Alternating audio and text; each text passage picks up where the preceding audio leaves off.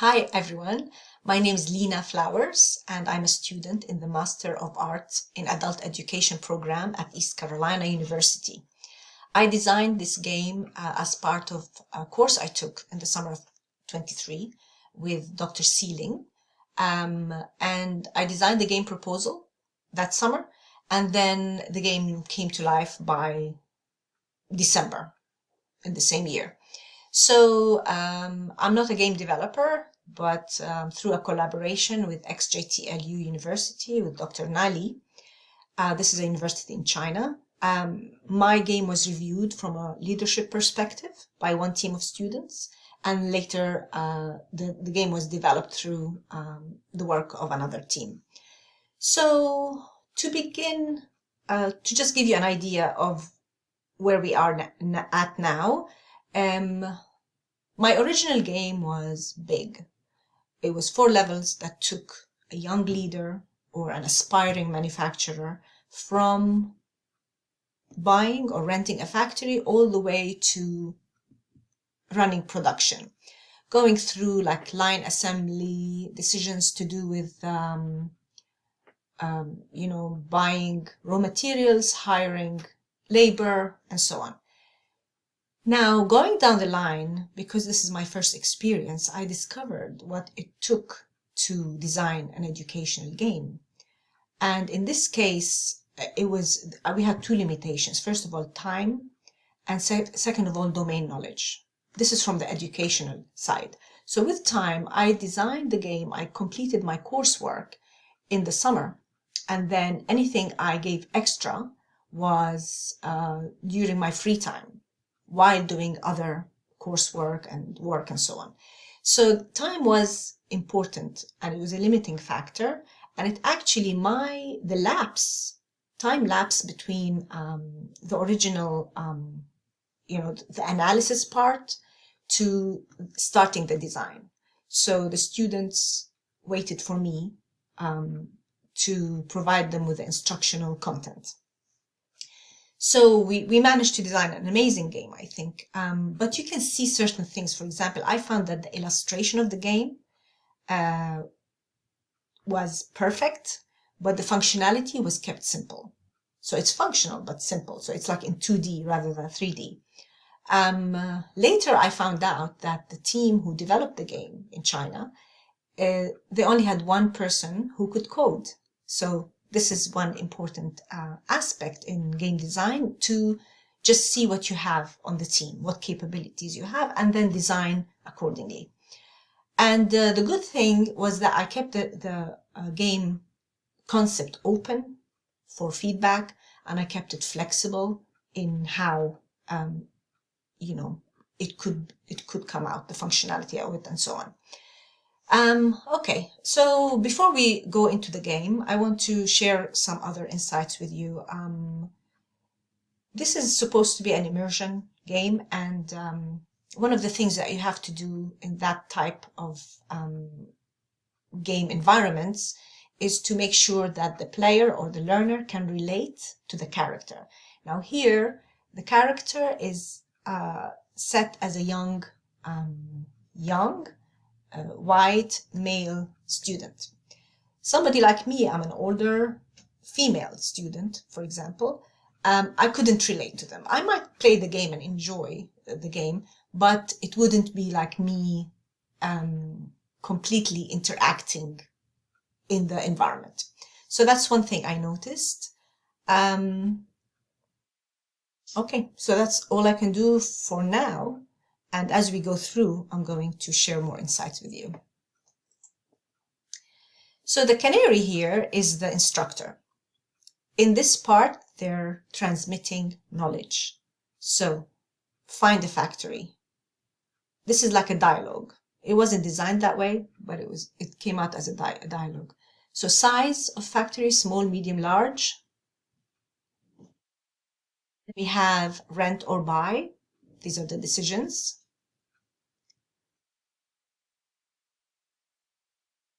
So amenities available on site.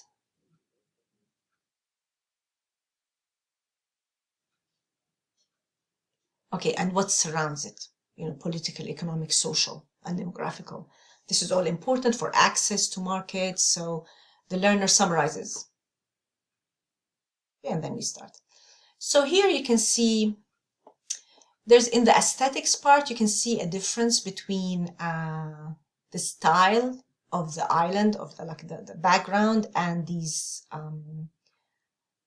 kind of functional aspect aesthetics. The reason for this is that while the students, the development team was working on the background, I was providing them with instructional material. And to speed things up, I shared with them some commercial licensed icons. So you can see that there's a bit of a clash between the two art styles. Okay, so as we go, please take a look here. Keep your eyes looking at the points, see what happens, whether the points go up or down. So we're going to start with Granville. So you have the size, a name, and rent or buy. This is the first step. So the learner is encouraged to take notes as we go. This is very good, very important practice when you're making decisions, is to have a table with what you saw and what features were available and so on, what options. So you have one for rent and others for sale. So these are just listings. This is for sale, for example. Again, you find the space and the name. So if you look at the points here, I have 1,000 points. Those were easy points because it was important to let the learner know what the game can do. So we have learners of varying kind of gaming experience, varying levels of enthusiasm about gaming. So it was important to manage their expectations as to what the game can do. Okay, so the next step now is for the learner to go and inspect the sites. So the first round of decision making was to decide, like depending on the information of size and buy or rent. So these were the first factors considered in decision making. Now they're going to go into the sites and see where else is there. So, and here I'm going to show you how clicking on this would take you to the place. The original plan was for the character to actually be running. But like I said, this is 2D and it was kept simple. In here you have like a time limit, and during that time you have to check the information and collect some of these valuable items that would give you points. If you see, the points here are going up. So this is a challenge, and they're kind of visually challenging as well. Okay, so the canary gives some feedback, and then you just keep going and taking information. They're the same sites, but now you have more information. Now let's swim to one more location and see again.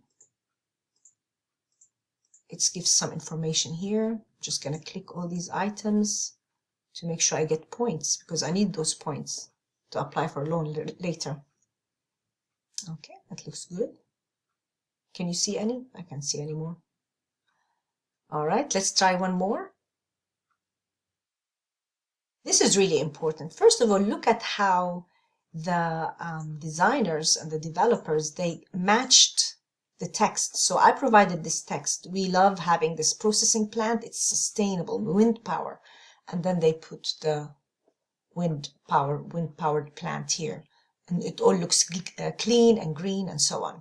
So this actually challenges the, it kind of involves decision making with regards to what you stand for. If you want to have a green factory. So all of these aspects of this game, this part of the game, is about, these little kind of details that you want to pay attention to. For example, if a factory is in a war zone, or like it has a lot of pollution, you're producing food. So all these different decisions. But to be honest, the bottom line is, as you'll see now, is about zoning, size, and things like that. So in designing the game, there was some consideration as to what the last 4 or last 2 are going to be. But this is all about considerations that the learner can take. Okay, so we're coming down to the last one last strip. So we're going to look at that. and now you're on collecting. You see this one used to be a sugar factory. It produced sugar. So you can think about that. And you can see all the sugar piles around here. It's just great, the amount of imagination that went into the illustration. Okay, enough information, preliminary decision. Now, the next thing is a very important concept, which is zoning, the concept of zoning in commercial real estate and general like that. So after giving all these free points to the learner, now we're going to, start kind of showing how the decision making could cost you money. So in accessing this very important information, we have a lock on each one of these areas just to reveal the zoning of each of the location they looked at. It'll cost them money. So watch here, the points are going to go down. These are offices. So you think, am I going to be able to do that? Even if you like the original location, now you have to think again. Heavy industries, do I have to do that? Agricultural. So even though the concept of zoning is different from one country to another, the knowledge that you have to think about that is what matters. So great deal of information. Look at your notes and decide which locations you want to apply for. So this is the final decision. Paperwork is ready, and now you have to send applications. Now again, sending applications is going to cost you money. So as the designer of the game, I know that some of these are good, some of them are not.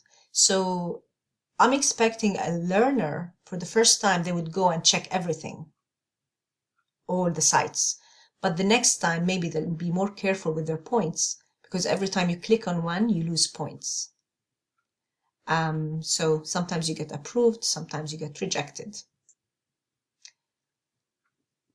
Okay, so now approved or rejected. So these are the options. 4 of them are approved.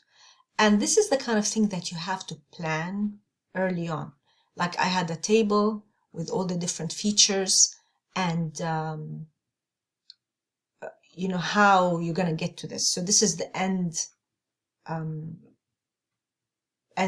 part of the decision making.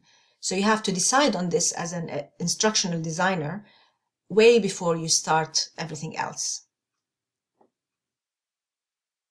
And here, this is the important concept of credit, the credit score, and you want to apply for a bank. No matter how much money you have to, as a manufacturer, you are better off taking a loan from the bank, and this is why your credit score needs to be in tip-top shape. So you go to the bank, you apply for a loan, it calculates your credit score, and because I worked so hard in collecting all these points and being careful with my decision making, my credit score was excellent and I got approved for a bank loan. So this is the end of level 1. Now I have my factory, and then there's more decision making to come. I hope you found my presentation of the Canaries, a confectioner's paradise, useful, and I hope you benefited from the insights. Thank you for watching.